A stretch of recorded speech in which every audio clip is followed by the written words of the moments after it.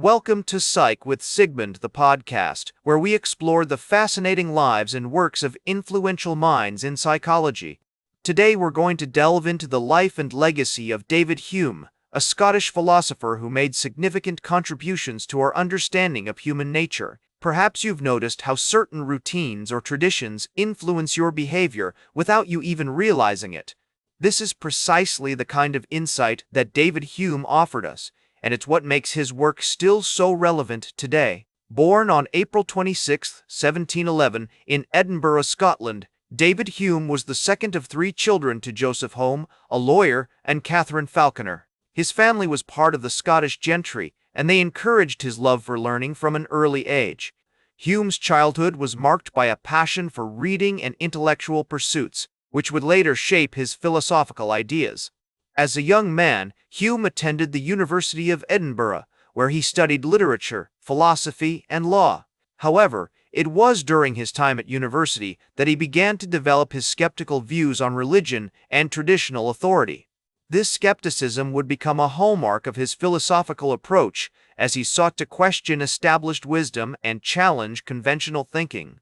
According to his own account, Hume was deeply influenced by the works of ancient Greek philosophers, such as Aristotle and Epicurus. He spent countless hours poring over their texts, trying to make sense of their ideas about human nature, morality, and the universe. As Hume delved deeper into philosophical inquiry, he began to develop his own theories about human psychology. One of his most famous contributions is the concept of associationism, which posits that our thoughts, feelings, and actions are connected through associations in our minds.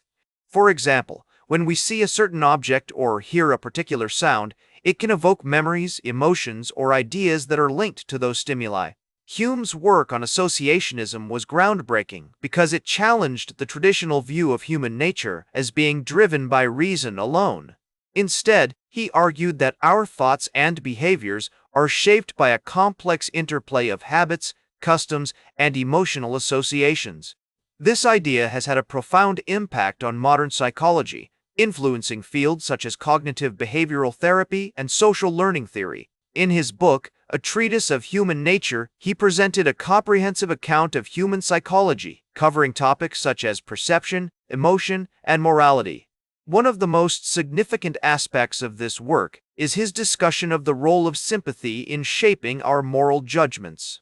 According to Hume, our ability to sympathize with others is what allows us to develop moral principles and make ethical decisions.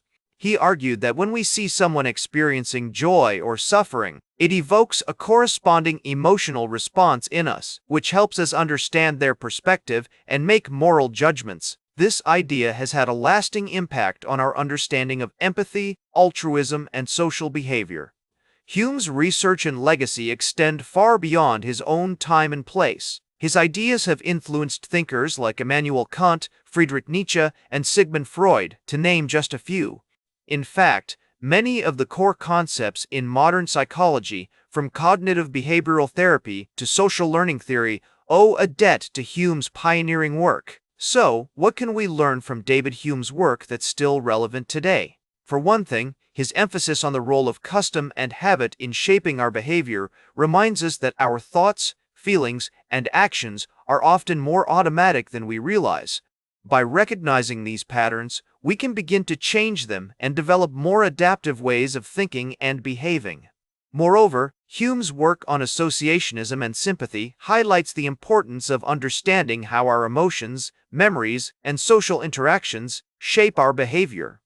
This insight has far-reaching implications for fields such as education, mental health, and social policy. By embracing his skeptical approach and willingness to challenge established wisdom, we can cultivate a deeper understanding of ourselves and others. If you enjoyed learning about David Hume, make sure to like, share, and subscribe.